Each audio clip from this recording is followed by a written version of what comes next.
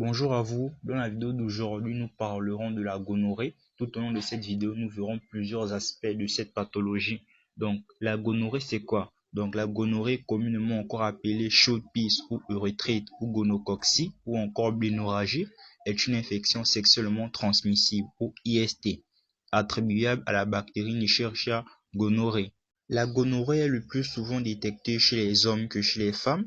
Ceci peut s'expliquer par le fait que chez les hommes, elle entraîne des signes évidents, alors que chez plus de la moitié des femmes, cette infection n'entraîne aucun signe visible. Donc, les personnes les plus touchées par le diagnostic de cette IST sont les hommes âgés de 21 à 30 ans, les jeunes femmes de 16 à 25 ans.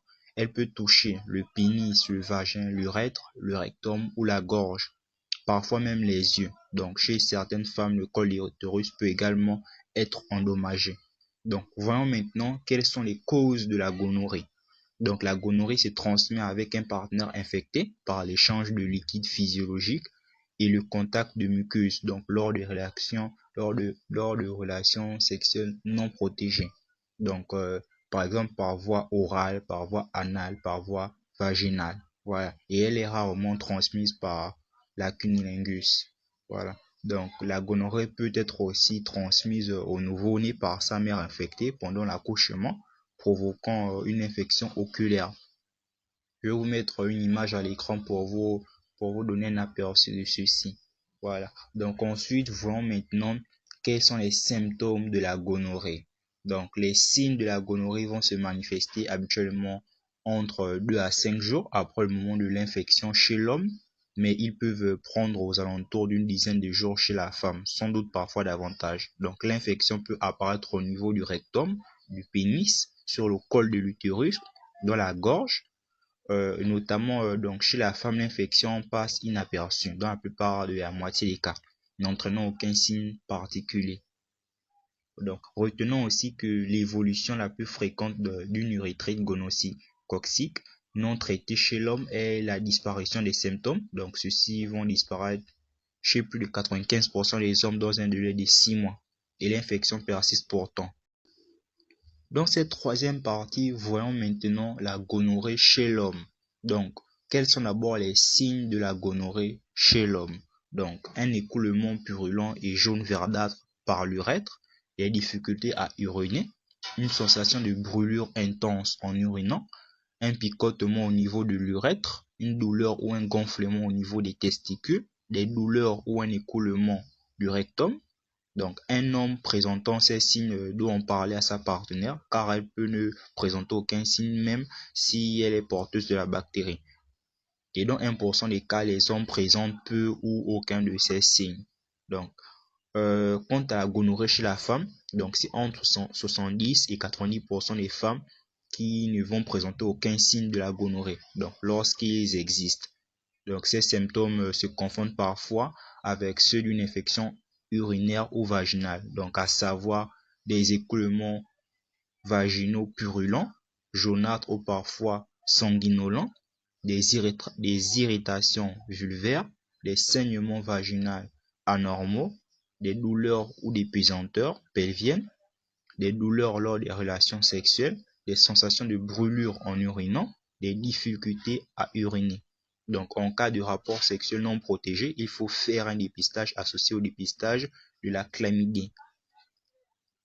Donc, en quatrième partie, nous allons voir les symptômes de la gonorrhée anorectale.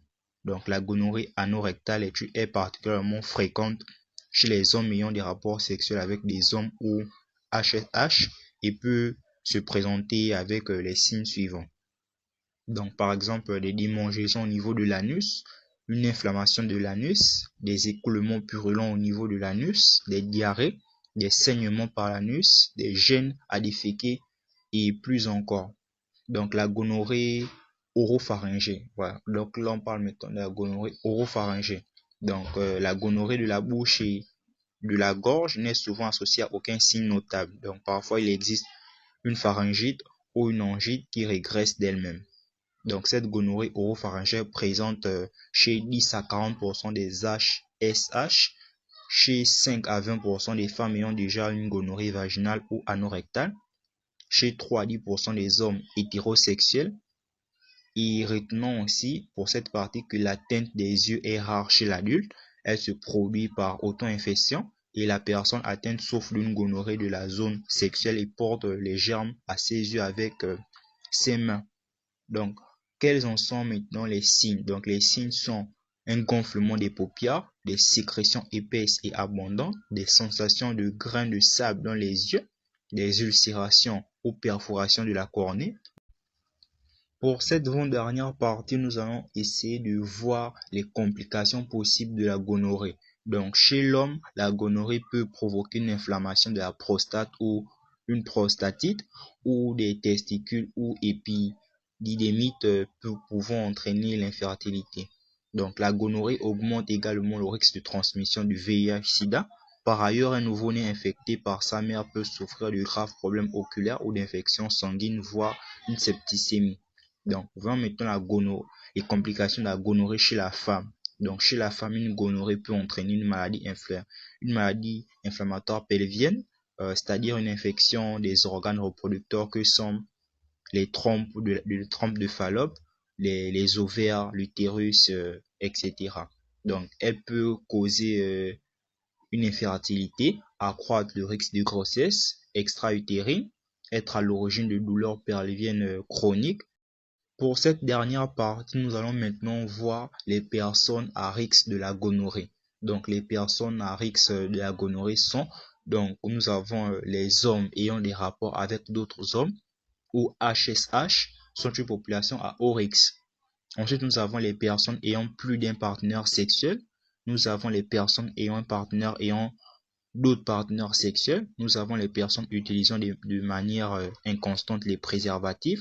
Nous avons les personnes de moins de 25 ans. Nous avons les hommes, les femmes ou les adolescents sexuellement actifs. Nous avons les personnes ayant déjà contracté une infection sexuellement transmissible ou IST dans le passé. Nous avons des personnes séropositives pour le VIH ou le virus du sida. Nous avons les travailleurs du sexe. Nous avons les utilisateurs de drogue. Nous avons les personnes incarcérées. Les personnes allant aux toilettes sans se laver les mains systématiquement. Donc, dans ce cas, le risque de gonorrhée oculaire est le plus important. Donc, quand consulter pour une gonorrhée, donc il convient de consulter un médecin pour passer des tests de dépistage dans les cas suivants. Donc, après une relation sexuelle à risque non protégé, en cas de signe d'infection génitale et en cas de brûlure en urinant chez l'homme. Donc, c'est tout pour cette courte vidéo. Merci de l'avoir regardé jusqu'au bout. Donc, n'hésitez pas aussi à faire un tour sur notre chaîne. Nous proposons encore d'autres contenus. La chaîne est nouvelle, donc n'hésitez pas à vous abonner. Voilà, pour que je puisse aussi faire encore d'autres vidéos à la longue. Donc, si la vidéo vous a plu, laissez-moi un j'aime et n'hésitez pas aussi à partager la vidéo si vous voulez. Et à plus pour une autre vidéo.